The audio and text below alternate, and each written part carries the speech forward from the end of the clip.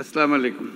প্রতিবার পহেলা মে আসে আমরা আনুষ্ঠানিকতা বজায় রাখি, তারপরে আবার যার যার কাছে ফিরে যাই। এবারের পহেলা মে ভিন্ন।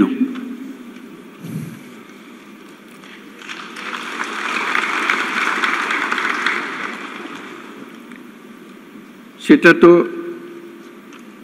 অভ্যুত্থানের মাধ্যমে যে সুযোগ আমাদের সৃষ্টি হয়েছে, সেই সুযোগ এই পরিস্থিতির আয়োজন করে দিয়েছে আমাদের কাছে।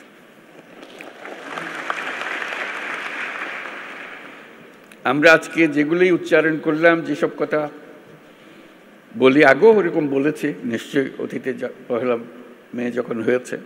কিংবা এবারের অর্থ ভিন্ন।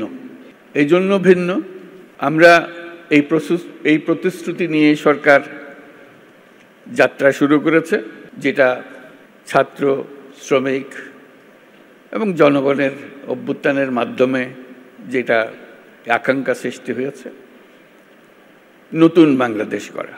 এই নতুন বাংলাদেশ হবে না যদি শ্রমিকদের অবস্থা পুরনো বাংলাদেশের মধ্যে থেকে যায়।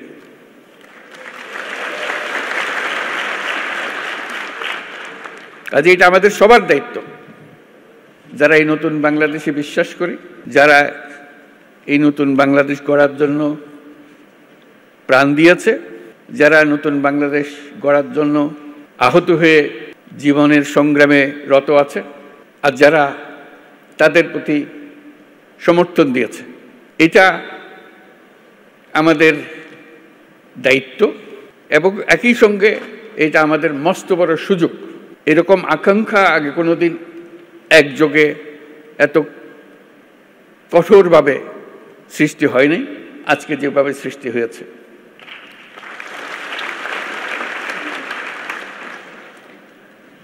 শ্রম সংস্কার কমিশনের চেয়ারম্যান সাহেব খুব সুন্দর করে আমাদের যত আকাঙ্ক্ষা নতুন বাংলাদেশের শ্রমিকদের কি হবে সেগুলো তুলে ধরেছেন তাদের কমিশনের রিপোর্টে, এবং সেটা উনি ভালো করে বুঝিয়ে দিয়েছেন। এটা শুধু শ্রমিকদের পক্ষ থেকে বলার কথা না, সকল পক্ষকে নিয়ে, সকল পক্ষের অংশীদারিত্বে এই কমিশনের রিপোর্ট রচনা হয়েছে। তারা যেসব কথা বলেছেন, যেসব সুপারিশ করেছেন, আমি ব্যক্তিগতভাবে অভিভূত হয়েছে। এত সুন্দর করে এত কঠিন বিষয়গুলোকে তুলে ধরেছে। আমি তাকে অনুরোধ করছিলাম আমাদেরকে একটা তালিকা দেন যেগুলো তাড়াতাড়ি করা যায়। তিনি সঙ্গে সঙ্গে বললেন, আমি প্রস্তুত হয়ে এসেছি, তালিকা আপনার জন্য নিয়ে এসছি। আশু করণীয়, আমাদের দায়িত্ব হলো আশু করণীয়গুলো দিয়ে যাত্রা শুরু করা। এগুলো করণীয়গুলো সমাপ্ত করার পরে কঠিনগুলো আস্তে আস্তে আমরা রওনা হব। কিন্তু এটা বাস্তবায়ন না করে জাতির কোনো গত্যন্তর নাই। এই নতুন বাংলাদেশ গড়তে হলে আর কিছু কাগজ দলিল থাকার না থাক, এই কমিশনের যে রিপোর্ট আছে এটুকু যদি আমরা বাস্তবায়ন করতে পারি, তাহলে নতুন বাংলাদেশের ভিত্তি রচনা হয়ে গেল। আমরা গৌরবান্বিত হয়ে বলতে পারবো আমরা সেই পথেই যাত্রা করেছি এবং সেই পথে চলা আমরা অব্যাহত রাখবো। আজকে ভালো লাগলো সবার কথা শুনে, সবার সঙ্গে দেখা করে। আমাদেরকে সবাইকে অনুপ্রাণিত করেছে। আমি বিশেষভাবে অনুপ্রাণিত হয়েছি সবাইকে একসঙ্গে দেখে এবং সবার কথা শুনে। আমি লিখিত বক্তৃতাটা পাঠ করি। উপদেষ্টা পরিষদের সদস্যবৃন্দ, কূটনীতিকবৃন্দ, ইয়োর এক্সেলেন্সিজ, আইএলও সহ বিদেশি সংস্থার প্রতিনিধিবৃন্দ, শ্রমিক ও মালিক সংগঠনের নেতৃবৃন্দ, সাংবাদিকবৃন্দ এবং উপস্থিত সম্মানিত সুধী, আজ মহান মে দিবস। বিশ্বের শ্রমজীবী মানুষের সাথে সংহতি প্রকাশের এক ঐতিহাসিক গৌরবময় দিন। দৈনিক 8 ঘন্টা শ্রম, ন্যায্য মজুরি ও শ্রমের মর্যাদা আদায়ের লক্ষ্যে 1886 সালের পহেলা মে মার্কিন যুক্তরাষ্ট্রের শিকাগো শহরে হে মার্কেটে শ্রমিক শ্রেণীর রক্তাক্ত সংগ্রামের মধ্য দিয়ে শ্রমিক ও শ্রমের মর্যাদা সম্মানের সাথে বিশ্বময় স্বীকৃতি লাভ করেছে। সেই প্রেক্ষাপটে এটি শুধু একটা সাধারণ দিবস নয়, শ্রমজীবী মানুষের অধিকার আদায়ের আন্দোলনের সংগ্রামের অনুপ্রেরণার উৎস। তার সঙ্গে এখন যুক্ত হয়েছে আমাদের অভ্যুত্থান, জুলাই অভ্যুত্থান।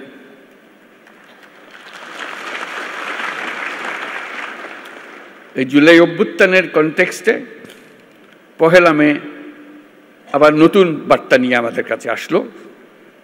এবার আমরা তার অন্তর্নিহিত যে বার্তা সেটা প্রতিষ্ঠিত করার প্রতিশ্রুতি নিয়ে আমাদের যাত্রা। শ্রমজীবী মানুষের অধিকার ও মর্যাদা রক্ষার ঐতিহাসিক এই দিনে যাদের আত্মত্যাগ ও রক্তের বিনিময়ে শ্রমিক অধিকার স্বীকৃতি পেয়েছে, তাদের সহ দেশের সকল মেহনতি মানুষের প্রতি রইল বিনম্র শ্রদ্ধা ও কৃতজ্ঞতা। এই মহান দিনে আমি গভীর শ্রদ্ধার সাথে স্মরণ করছি সেই সকল শ্রমজীবী মানুষের যারা 24শে জুলাই গণঅভ্যুত্থানে নিহত হয়েছেন। এই বছর 1 মে এক অনন্য তাৎপর্যের দিন, কারণ মহান মে দিবসের পাশাপাশি একই সঙ্গে আমরা জাতীয় পেশাগত স্বাস্থ্য ও সেফটি দিবস 2025 পালন করছি। শ্রমিক মালিকের সুসম্পর্কের মাধ্যমে দেশের অর্থনীতিকে এগিয়ে নিয়ে যেতে মে দিবসের গুরুত্ব অপরিসীম। এই বছর মে দিবসের প্রতিপাদ্য শ্রমিক মালিক এক হয়ে গর্ব এ দেশ নতুন করে। আমাদের দেশের টেকসই উন্নয়নের জন্য অত্যন্ত তাৎপর্যপূর্ণ। এটি শুধু একটা স্লোগান নয়, বরং জাতীয় জীবনের উন্নয়নের ভিত্তি। কারণ শ্রমিক মালিক পরস্পরের পরিপূরক এবং তাদের যৌথ প্রচেষ্টায় একটি শক্তিশালী, আত্মনির্ভর ও সমৃদ্ধ বাংলাদেশ গড়ে তুলতে পারবে বলে আমি দৃঢ়ভাবে বিশ্বাস করি।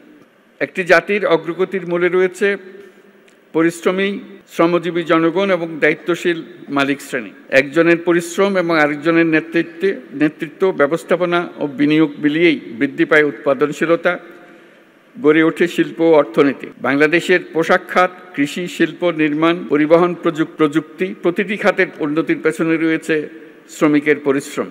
আর এই শ্রমিকের পরিশ্রম এবং মালিকের মেধা। দেশকে নতুন করে গড়ে তুলতে হলে এই ঐক্য, পারস্পরিক শ্রদ্ধা ও আস্থার পরিবেশ সৃষ্টি করতে হবে এবং তৈরি করতে হবে শ্রমিকের সম্ভাবনা, যাতে তারা যেন উদ্যোক্তা হবারও সুযোগ পায়। সুপ্রিয় উপস্থিতি, শ্রমিকের ন্যায্য স্বীকৃতি ও সামাজিক সুরক্ষা নিশ্চিত করতে আমরা প্রতিশ্রুতিবদ্ধ। আন্তর্জাতিক শ্রম কনভেনশন অনুস্বাক্ষরকারী দেশ হিসেবে বাংলাদেশের শ্রমমানকে আন্তর্জাতিক পর্যায়ে উন্নতিকরণে আমরা কাজ করছি। আমরা আন্তর্জাতিক শ্রম সংস্থার সাথে একটা রোডম্যাপ এবং ইউরোপীয় ইউনিয়নের সাথে একটি সময়াবদ্ধ জাতীয় পরিকল্পনা বাস্তবায়ন করছি। তাছাড়া যুক্তরাষ্ট্র সরকারের সাথেও একটি 11 দফা লেবার অ্যাকশন প্ল্যান বাস্তবায়ন করছি। আন্তর্জাতিক সংস্থা এবং উন্নয়ন সহযোগী দেশসমূহের সাথে আমাদের অঙ্গীকারের অংশ হিসেবে আগামী জুনে অনুষ্ঠিতব্য 113তম আন্তর্জাতিক শ্রম সম্মেলনে বাংলাদেশ যোগদান করবে। এগুলো বাদেও আসল জিনিস যেটা আমাদের নিজস্ব প্রতিশ্রুতি, আন্তর্জাতিকভাবে আমরা কী করলাম না করলাম সেটা তো হবেই, কিন্তু আমাদের নিজেদের প্রতিশ্রুতি হলো আমাদের এই কমিশনের সংস্কার কমিশনের রিপোর্ট এবং তাদের সুপারিশমালা। সেই সুপারিশমালাই হবে আমাদের লক্ষ্য, যেটা বাস্তবায়ন প্রতিটি অক্ষরে অক্ষরে যেন আমরা বাস্তবায়ন করতে পারি, সেদিকে অগ্রসর হওয়া। নিরাপদ ও স্বাস্থ্যকর কর্মপরিবেশ নিশ্চিত করা শুধু শ্রমিকের অধিকারই নয়, এটি শিল্প ও অর্থনীতির উন্নয়নের অন্যতম শর্ত। শ্রমিকের জীবনমানের উন্নয়ন হলে তা পুরো শিল্প খাত এবং দেশের অর্থনীতিতে প্রতিফলিত হয়। সেই লক্ষ্যে বর্তমান অন্তর্বর্তী সরকার ইতিমধ্যে শ্রমিকদের কল্যাণ ও নিরাপত্তা নিশ্চিত করতে বাংলাদেশ শ্রম আইন 2006 সংশোধন সহ বিভিন্ন পদক্ষেপ গ্রহণ করেছে। শিল্প বিরোধ এবং শ্রমিকদের অভিযোগ দ্রুত নিষ্পত্তির জন্য শ্রম আদালত কার্যক্রম আরও গতিশীল করা হয়েছে। সাম্প্রতিক সময়ে শ্রম আপিল ট্রাইব্যুনাল ও শ্রম আদালতসমূহ উল্লেখযোগ্য হারে মামলা নিষ্পত্তিতে সক্ষম হয়েছে। শ্রম আদালতসমূহকে আরও কার্যকরণের পাশাপাশি আমরা বিকল্প বিরোধ নিষ্পত্তি ব্যবস্থা অধিকতর শক্তিশালী করার উদ্যোগ নিয়েছি। শ্রম কর্মসংস্থান মন্ত্রণালয়ের আওতাধীন কেন্দ্রীয় তহবিলের মাধ্যমে তৈরি পোশাক খাতে এবং শ্রমিক কল্যাণ ফাউন্ডেশনের মাধ্যমে তৈরি পোশাক খাত ব্যতীত অন্যান্য খাতে কর্মরত দুর্ঘটনার শিকার শ্রমিক ও তাদের পরিবারকে এককালীন আর্থিক সুবিধা প্রদান করা হয়ে থাকে। এই সুবিধাকে আন্তর্জাতিকভাবে গ্রহণযোগ্য রূপ প্রদানের জন্য কর্মক্ষেত্রে নিহত ও আহত শ্রমিকদের ও তাদের পরিবারের অধিকার রক্ষায় শ্রম কর্মসংস্থান মন্ত্রণালয়ের ILO-র সহায়তায় শ্রমিকদের জন্য একটি সর্বজনীন এমপ্লয়মেন্ট ইনজুরি স্কিমের পাইলট প্রকল্প বর্তমানে বাস্তবাধীন আছে। অন্যান্য উদ্যোগের পাশাপাশি সারা দেশে 32টি শ্রম কল্যাণ কেন্দ্রের মাধ্যমে শ্রমজীবী মানুষের স্বাস্থ্যসেবা প্রদান করা হচ্ছে। শিশু শ্রম নিরসনের লক্ষ্যে নানামুখী উদ্যোগ গ্রহণ করা হয়েছে। এ পর্যন্ত 44টি সেক্টরে ন্যূনতম মজুরি নির্ধারণ করা হয়েছে। তাছাড়া নিরাপদ ও শোভন কর্ম, পরিবেশ বান্ধব প্রযুক্তি এবং দক্ষ জনশক্তি ব্যবহারের মাধ্যমে টেকসই উন্নয়নে অবদানের জন্য প্রতি বছর গ্রিন ফ্যাক্টরি অ্যাওয়ার্ড দেওয়া হচ্ছে। শ্রমিক মালিকদের সাথে দফায় দফায় আলোচনার মাধ্যমে শ্রম সন্তোষ বহুলাংশ কমিয়ে আনা সম্ভব হয়েছে। শ্রমিকের অধিকার রক্ষার পাশাপাশি শিল্পকেও বাঁচিয়ে রাখতে হবে। তাই যে সকল কারখানা ও প্রতিষ্ঠান বকেয়া বেতন থাকায় শ্রম অসন্তোষ তৈরির উপক্রম হয়েছিল, সেখানে আলোচনার মাধ্যমে যৌক্তিক পর্যায়ে বকেয়া পরিশোধের মাধ্যমে শিল্প কর্মপরিবেশ সচল রাখা হয়েছে। একটি দেশ কেবলমাত্র সমৃদ্ধ হয় যখন তার শ্রমিকরা নিরাপদ ও সুষ্ঠু পরিবেশে কাজ করতে পারে, মালিকরা তাদের শ্রমের যথাযথ মূল্যায়ন করতে পারে। শ্রমিকদের কল্যাণ নিশ্চিত করা মানে শুধু তাদের জন্য ভালো করা নয়, বরং এটি শিল্প খাতের উৎপাদনশীলতা, জাতীয় প্রবৃদ্ধি ও অর্থনীতির উন্নতির অন্যতম প্রধান শর্ত। এই দেশকে নতুন করে গড়ে তুলতে হলে ঐক্য, পারস্পরিক শ্রদ্ধা এবং আস্থার পরিবেশ সৃষ্টি করতে হবে। দেশকে নতুন করে গড়ে তোলার প্রত্যয়ে উজ্জীবিত হয়ে শ্রমিকের অধিকার রক্ষা, নিরাপদ কর্মপরিবেশ নিশ্চিত করা এবং শ্রমিক মালিক সুসম্পর্ক স্থাপনে সকলকে একযোগে কাজ করার আহ্বান জানাচ্ছি। আমরা যদি ঐক্য ও সহযোগিতার ধারা অব্যাহত রাখি, তাহলে জুলাই আগস্টের ছাত্র শ্রমিক জনতার গণ অভ্যুত্থানের মাধ্যমে বৈষম্যহীন নতুন বাংলাদেশ গড়ার স্বপ্ন শুধু স্বপ্ন নয়, বাস্তব হবে। বাংলাদেশ অত্যন্ত শ্রমঘন দেশ বিদায় শ্রমিকের অধিকারকে সর্বোচ্চ গুরুত্ব দিয়ে কাজ করতে হবে। আমাদের অনেক দূর পথ পাড়ি দিতে হবে। বিভিন্ন প্রশিক্ষণ ও কর্মসূচি গ্রহণের মাধ্যমে অদক্ষ শ্রমিকদের দক্ষ শ্রমিকে রূপান্তরিত করতে হবে। এজন্য শ্রমিক সংগঠন, ব্যবসায়ী, বিনিয়োগকারী, সুশীল সমাজ, গণমাধ্যম, উন্নয়ন সহযোগী সবাইকে ঐক্যবদ্ধভাবে শ্রমিকের স্বার্থ রক্ষা ও ন্যায্য অধিকার প্রতিষ্ঠায় কাজ করতে হবে।